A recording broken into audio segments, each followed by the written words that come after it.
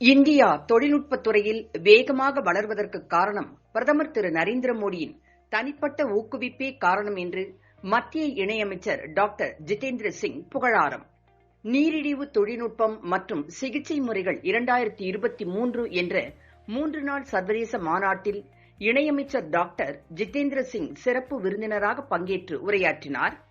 அப்போது அவர் பேசுகையில், புகழ்பெற்ற நீரிழிவு நிபுணரும் பேராசிரியருமான டாக்டர் ஜிதேந்திர சிங் கொரோனாவை வெற்றிகரமாக கையாண்ட பிறகு இந்தியாவிடம் சுகாதாரத்துறையில் பிற நாடுகள் மிகுந்த எதிர்பார்ப்பு கொண்டிருப்பதாக தெரிவித்தார்.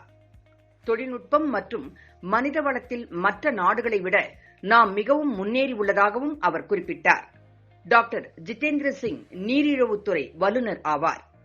குறிப்பாக பிரதமர் திரு நரேந்திர மோடி பிரதமராக பதவியேற்ற பிறகு அறிவியல் மற்றும் தொழில்நுட்ப கண்டுபிடிப்புகளை தனிப்பட்ட முறையில் ஊக்குவிப்பதால் இந்தியா தொழில்நுட்பத் துறையில் வேகமாக வளர்ச்சி பெற்று வருவதாகவும் டாக்டர் ஜிதேந்திர சிங் கூறினார்.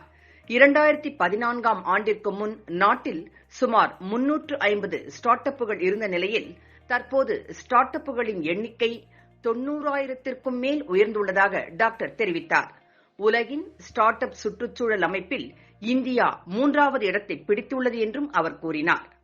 பிரதமர் மோடி விண்வெளித்துறையில் தனியார் பங்களிப்பை ஊக்குவித்ததால் கிட்டத்தட்ட 3 ஆண்டுகளில் விண்வெளித்துறையில் 100க்கும் மேற்பட்ட ஸ்டார்ட் அப்புகள் உருவாகியுள்ளதாகவும் 2014ஆம் ஆண்டில் சுமார் 50ஆக இருந்த பயோடெக் ஸ்டார்ட் அப்புகள் எண்ணிக்கை இன்று 6,000ஆக உயர்ந்துள்ளதாகவும் அவர் தெரிவித்தார்.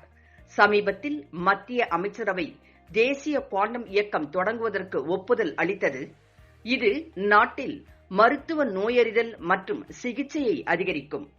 தேசிய குவாண்டம் இயக்கத்தை தொடங்கியுள்ள உலகின் மிக சில நாடுகளில் இந்தியாவும் ஒன்று என்று அமைச்சர் ஜிதேந்திர சிங் கூறினார்.